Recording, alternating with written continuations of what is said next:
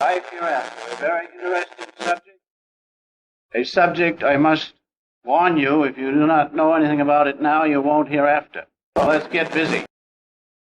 In fact, many people, it is our idea of death, or our lack of our idea of it, that prevents us from treating this subject of life hereafter and death in a practical way. We have not investigated those things which we can, if we would. And investigating this thing called death, we'd understand it, and we would be able to then see the continuity of life, which is eternal. Life hereafter, remember, means that you know and can enjoy at will the universal consciousness which is present in all things, of which your soul is a ray and my soul is a ray. If you understand that, and there is no break in the continuity of consciousness, then life hereafter for you is solved. Life doesn't change. There's only one life, that's God's life itself, is one consciousness plus its energy. But it is the break in the continuity that deludes us. We must do away with that. And of course the way to do away with that is through meditation. Meditation is a must. You cannot know anything about life hereafter unless you meditate. Meditation is the way that you and I know the universal life underneath all life, the one eternal consciousness of God. That is the first thing to realize, that meditation is a must. You will never know what's coming after this life unless you know it right here in this existence. Knowing it in this existence, there'll be no break in the continuity, that's all. There'll be no change of which you are not familiar.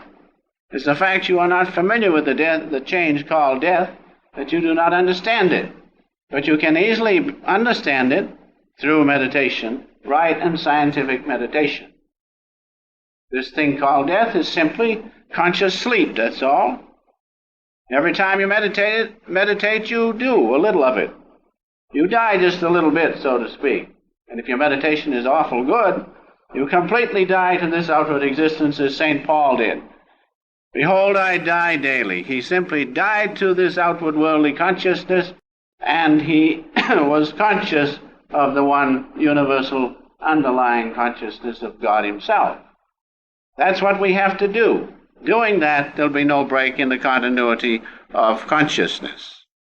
Meditation alone can give us the experience of conscious sleep, that's all, and thereby immortality.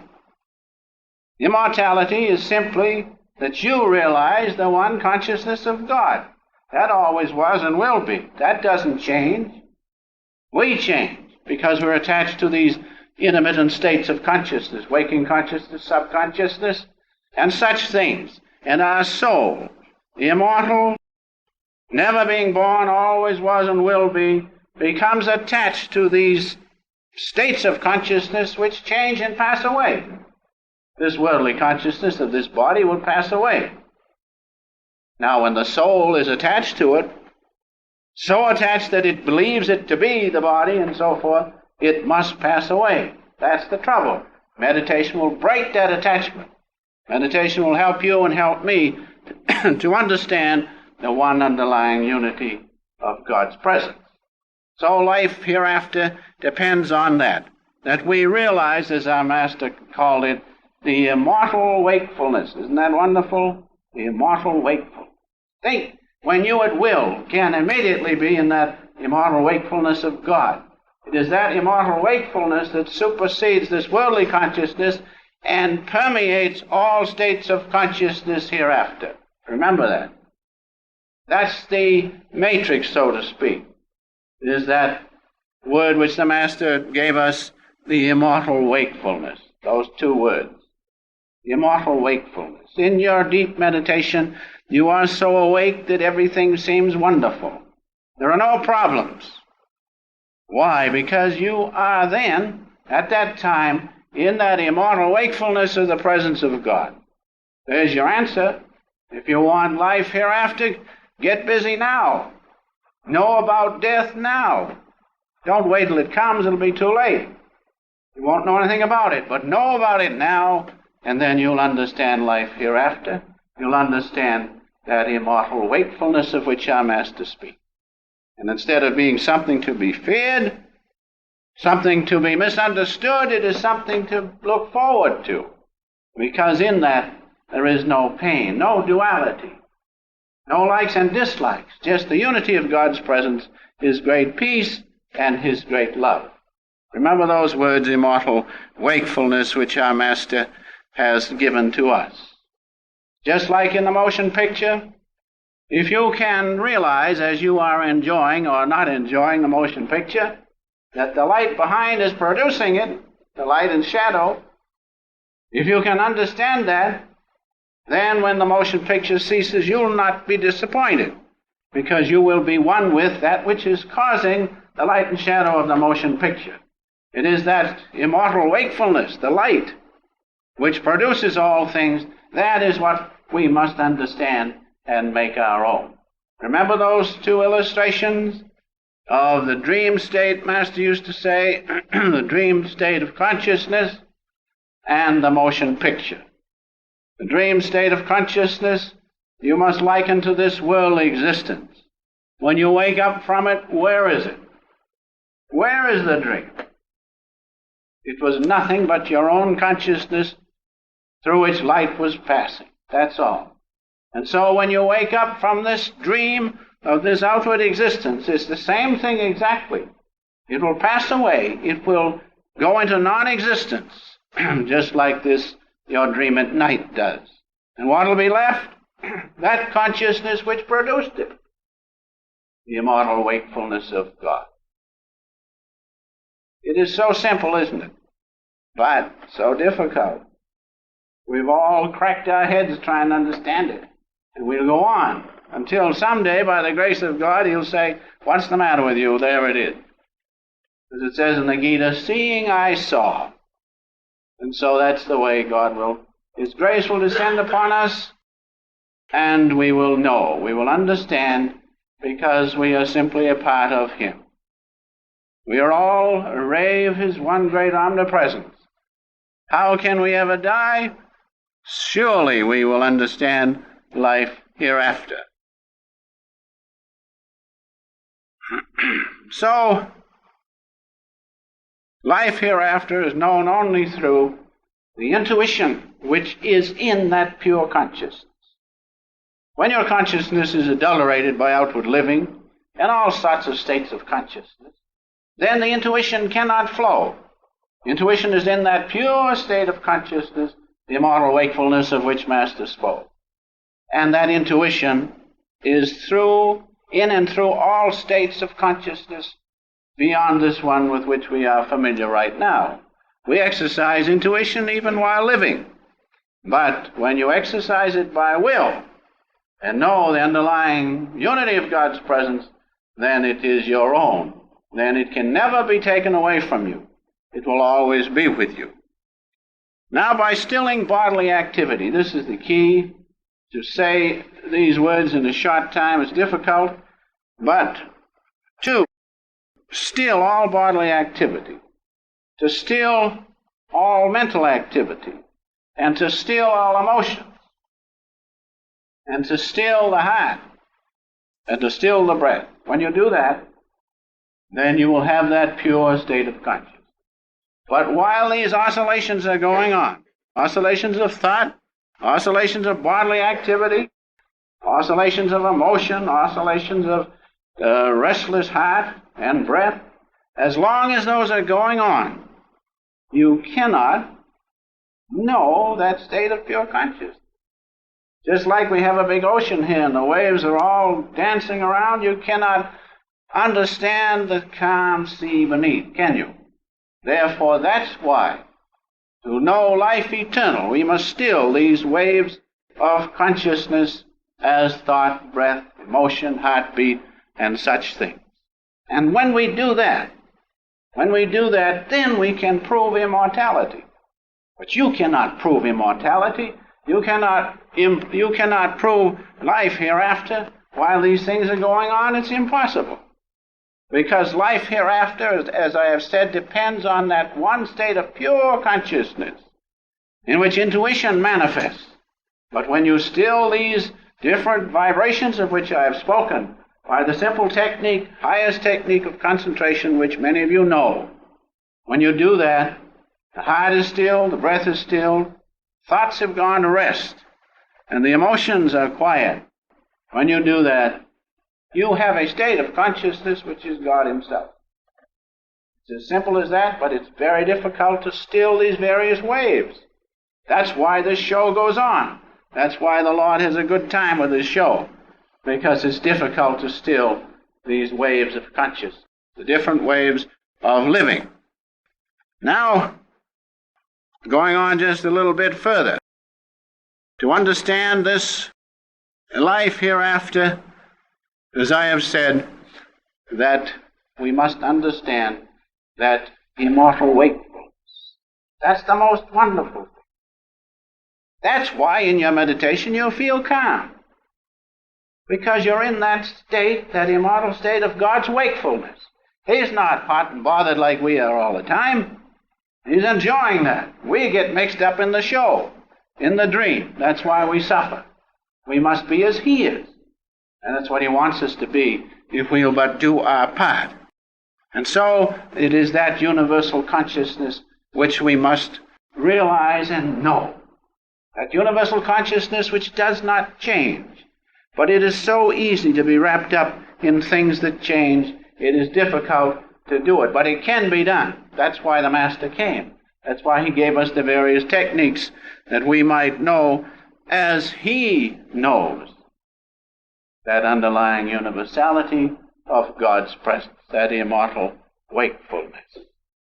People come to me with a big long question, big long list of questions, and they get in there, and just as soon as I can, if it's possible and it is God's grace, His presence, that universal consciousness is there. And suddenly they say, well, I had a whole list of questions I was going to ask you, but I don't seem to ask them now. I said, that's fine. That's fine. They've got what they want and need. Who cares about the questions? If you get the end, if you get the presence of God, and that's how wonderful God is. Do not think that I do it. Do not think that you do it. You do not do a thing, but God does it. And He does it so wonderfully well if you let Him do it and just be willing and be a willing instrument. Now, if we know this immortal wakefulness in life now, we will be aware of it later. That's the important point. That's why we all must get busy. We must every day give so much time that we contact this state which doesn't change, this wakefulness in God. And then when you at will can bring it on, think of it, when you're worried and things are not going as you'd like to have them go, and you could by will just bring on the state that you feel in your best meditation. Wouldn't it be wonderful? That's what you must do. When you can do that, then you'll be conscious of life hereafter. I have a reference I'd like to read at this time. And remember the one thing. If you cannot do it right now in this existence, you will not be aware of it after death. Make it your own now. And you have the ways and the means through the Master's effort and through God's grace. And so from one of our preceptors, we have this about the universal consciousness of which I have been speaking. And there's one great truth in this reference I'll give you. I hope you grasp it. This universal consciousness is that consciousness common to saints and souls who are liberated. The devotees of God who understand this world in which they live and the attachment thereof and are freed from it, they are in this universal consciousness. Their greatness and spiritual development is not comparable. The greater the people are, you cannot say that saint is greater than this saint. There's only one consciousness of God, one universal consciousness. And when you have that, you have it. When you have it, you cannot compare whether one saint is greater than another. That is, you cannot compare as if some surpass others. they are one in God. Their consciousness is universal. Isn't that wonderful? I'm waiting to get to that place where there's none of this, better than you are and I'm better than you and so forth, where there is not all this competition. But in the presence of God, it doesn't have to be, because everything is there. So that's the thing we must have. And if you have that in this life, you will know about life hereafter. Now,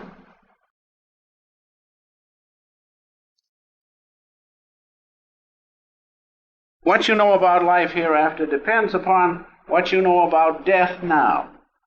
I'm not bringing up this morbid subject of death because I like to talk about it, but I'm bringing it up to spur you on to try and understand it yourself. And you have the simple ways in the techniques of self-realization fellowship, especially the simple Hong Saw technique, or the highest technique of concentration.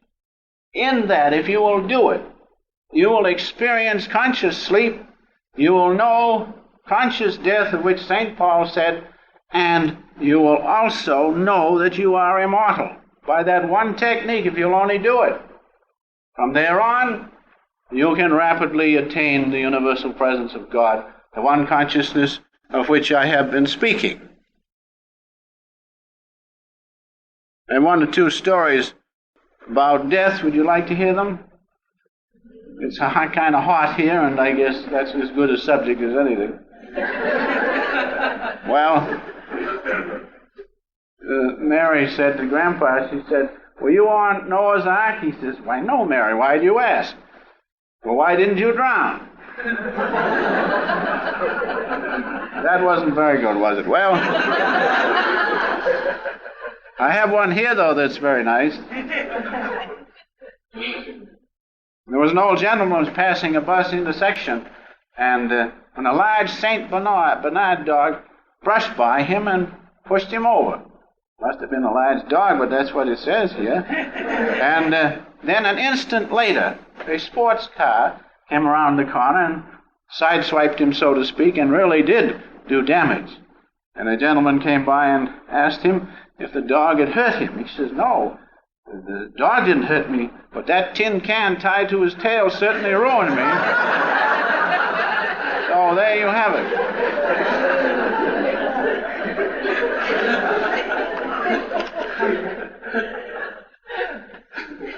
Oh, I have one more.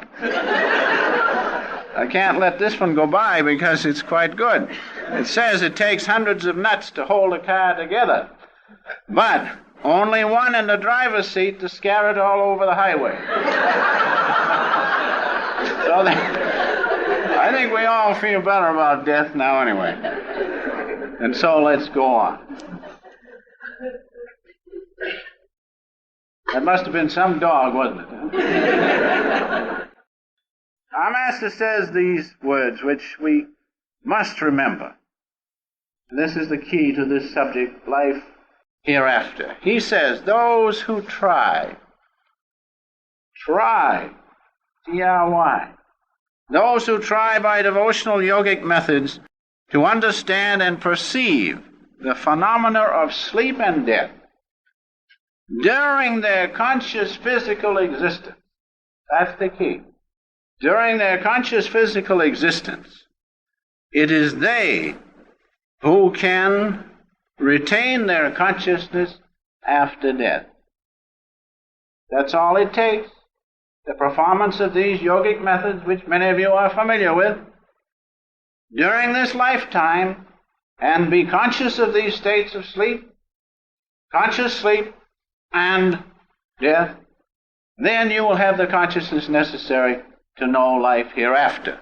Those are our Master's words. And the Hindu Masters have given the methods.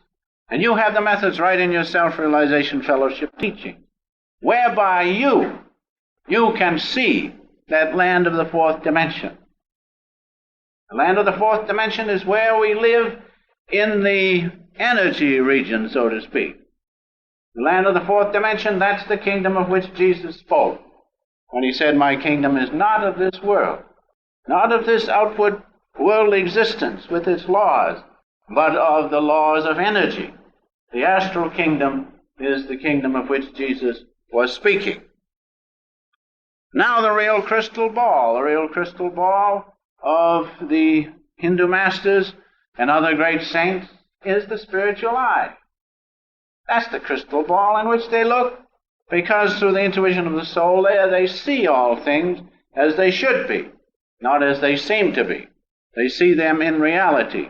And so the crystal ball is spoken of as the spiritual eye, the eye of intuition, star of the east, eye of energy, the single eye. Many things are spoken of in reference to this single eye.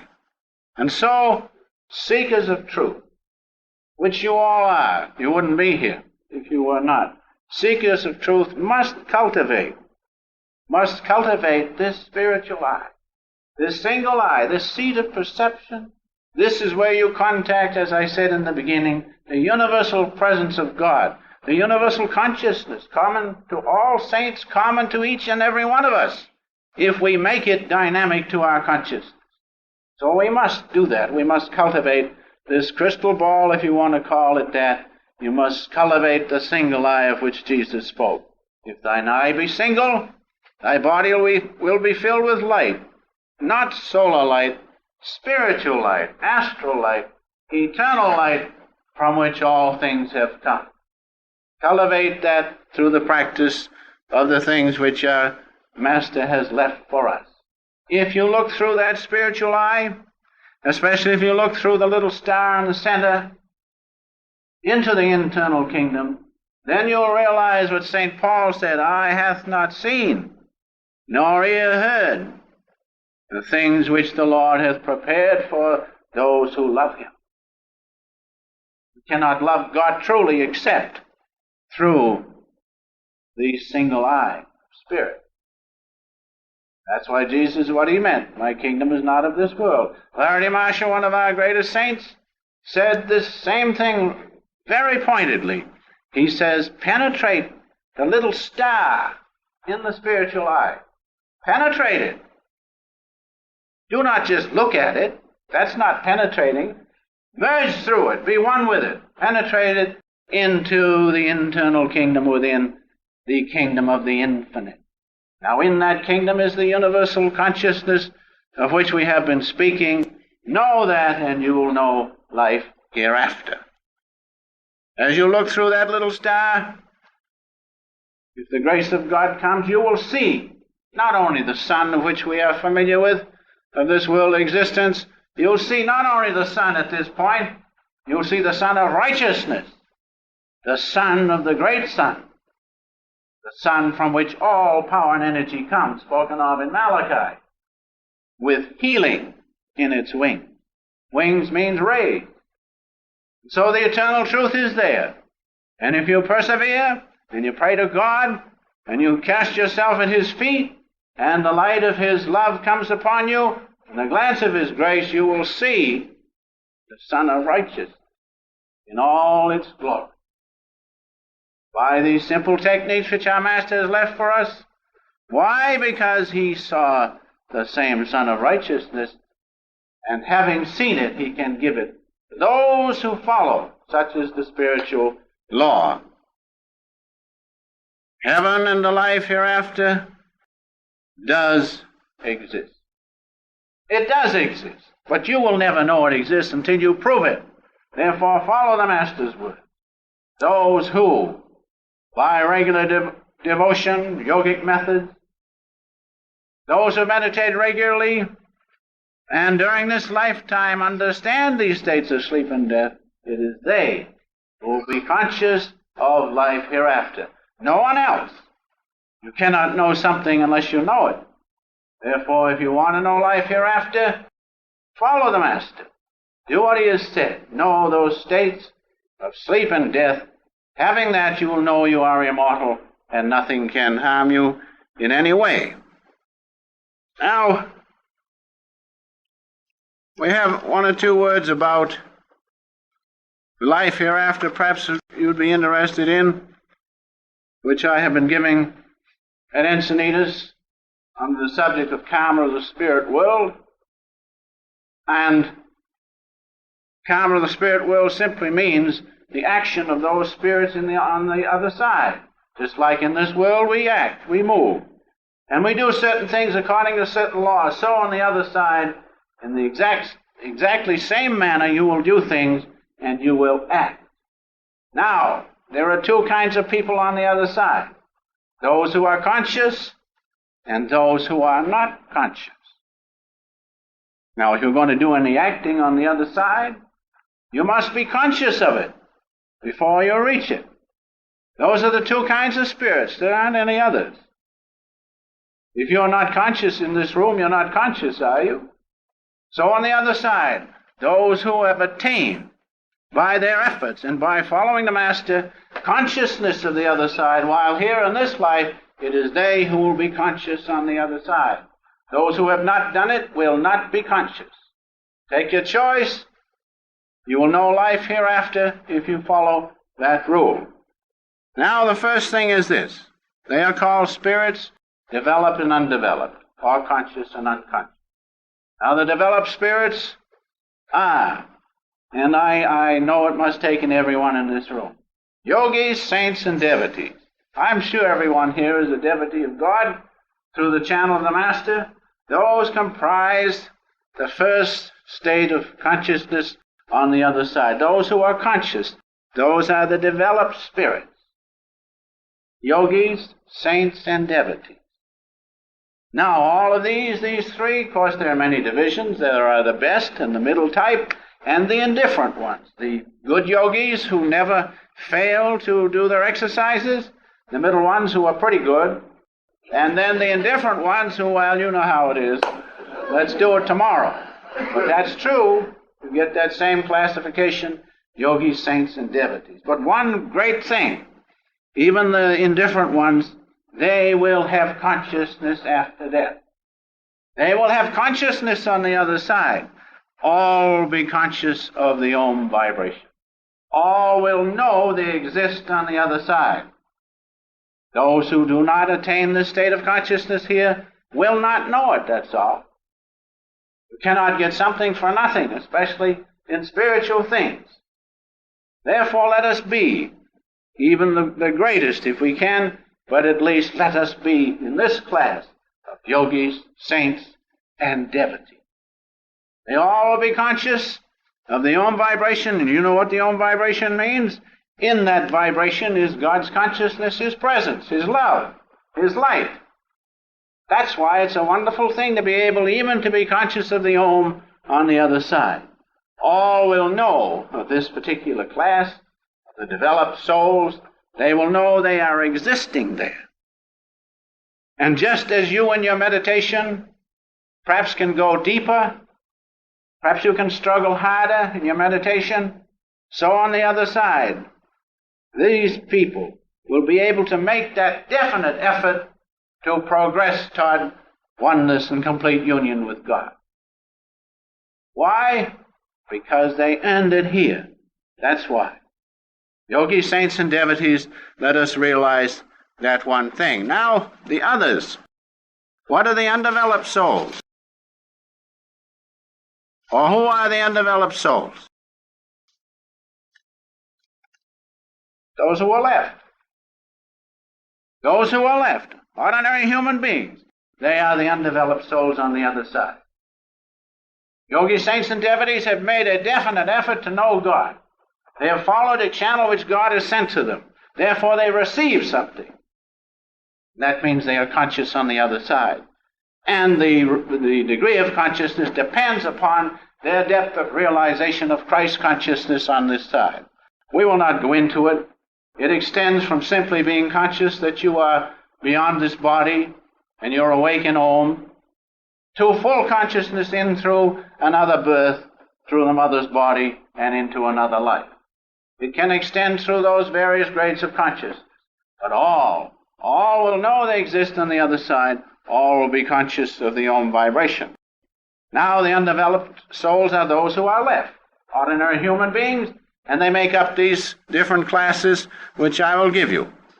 Moralist, a worldly person, a wicked person, and one who commits suicide. They constitute the undeveloped souls on the other side. Why? Because that's what they lived on this side. A moralist may be, and is, a great moral man, a great man of ethics. He may not be a religious man. He may not feel for God. He may not feel God's love at all. Therefore, he is classed as the undeveloped one. Once in a great while, a moralist will have consciousness on the other side. So that brings us to the second class. The second class is the worldly man. The worldly man, 1 in 1,000.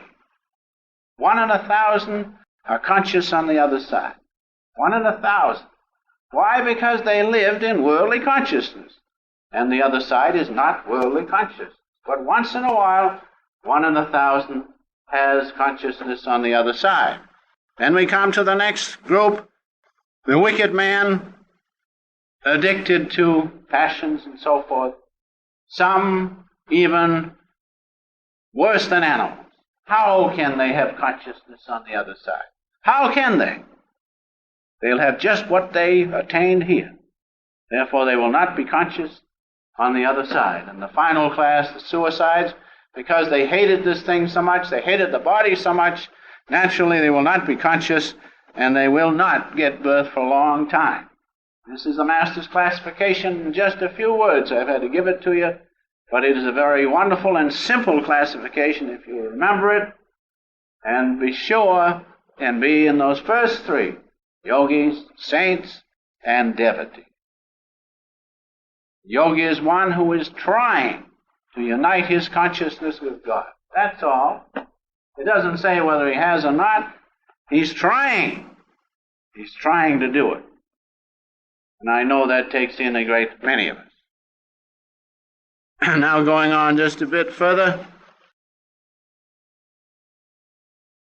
and then I'll be through.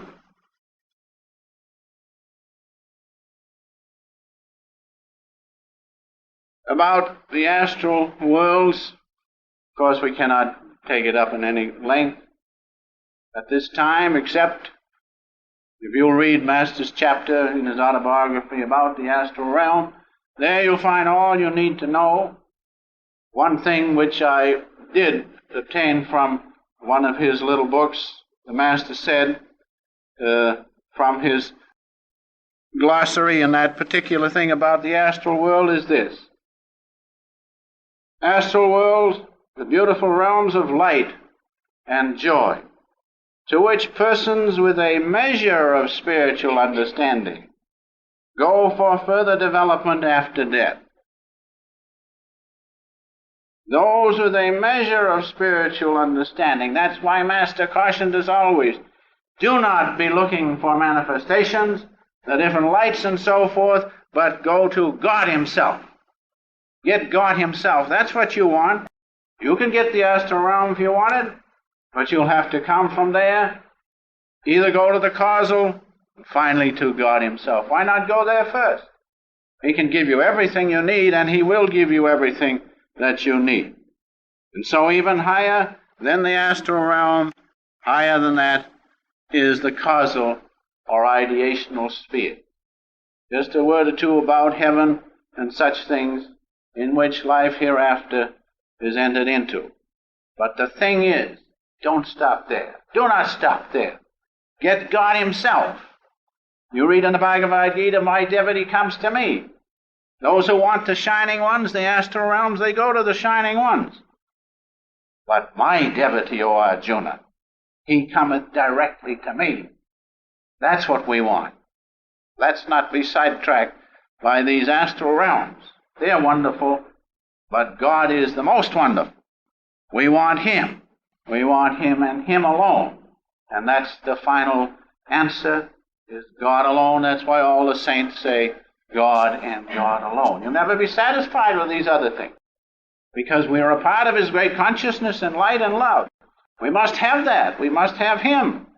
The soul will never be satisfied until it returns home once more to the realm of consciousness from which it has come, our kingdom of light. And I'll close with a reference from Master's book, the autobiography, as follows, and then with a Bible reference or two. The tragedy of death, says the Master, is unreal. Those that shudder at it are like an ignorant actor that dies of fright on the stage when nothing more has been fired at him than a blank cartridge. My sons are children of light. They will not sleep forever in delusion. That's the promise. Those are our Master's words. My sons are children of light. We're not this body which changes and gets sick all the time and gets into trouble and all sorts of things. Behind that is the light of God, and that's what we are. Master says just that. They will not sleep forever in delusion. It's up to us whether we do it now or wait, but eternally, or eventually and eternally, we must return home to God. And from the Bible, one or two references of assurance, which are so wonderful. When you know a thing, it's easy to say, yes, I know all about it. But when you do not know a thing, it's difficult, isn't it? We do not know all we'd like to know about life hereafter. But we do have the testimony of the great saints and our beloved gurus and our Master and the great saints of our Bible. And here are one or two references. First, from Revelation, 2nd chapter, the 10th verse. Be thou faithful unto death, and I will give thee a crown of life. Be thou faithful unto death, striving to keep the continuity of consciousness through these changeable states in which we find ourselves. Practice your Kriya Yoga. Practice your highest technique of concentration. Do that, and then you will be able to keep the continuity of consciousness through the state called death. Do you understand? Be thou faithful unto death, and I will give thee a crown of life. When you can do that, you will know the underlying universal consciousness of God, which is life itself. And from Revelation, same chapter, the next verse. He that overcometh shall not be hurt of the second death. Once you experience the state of death, even by the performance of your Hong Sa technique or the highest technique of concentration, it can never touch you again. Once you understand that sleepless state, the state of conscious sleep of which St. Paul spoke, I die daily. Do it. Every time you do your highest technique of concentration in the right way, you reach that state, the state of immortality. Knowing it, it can never touch you again, the Scriptures say. Finally, St. John, the 8th chapter, the 51st verse.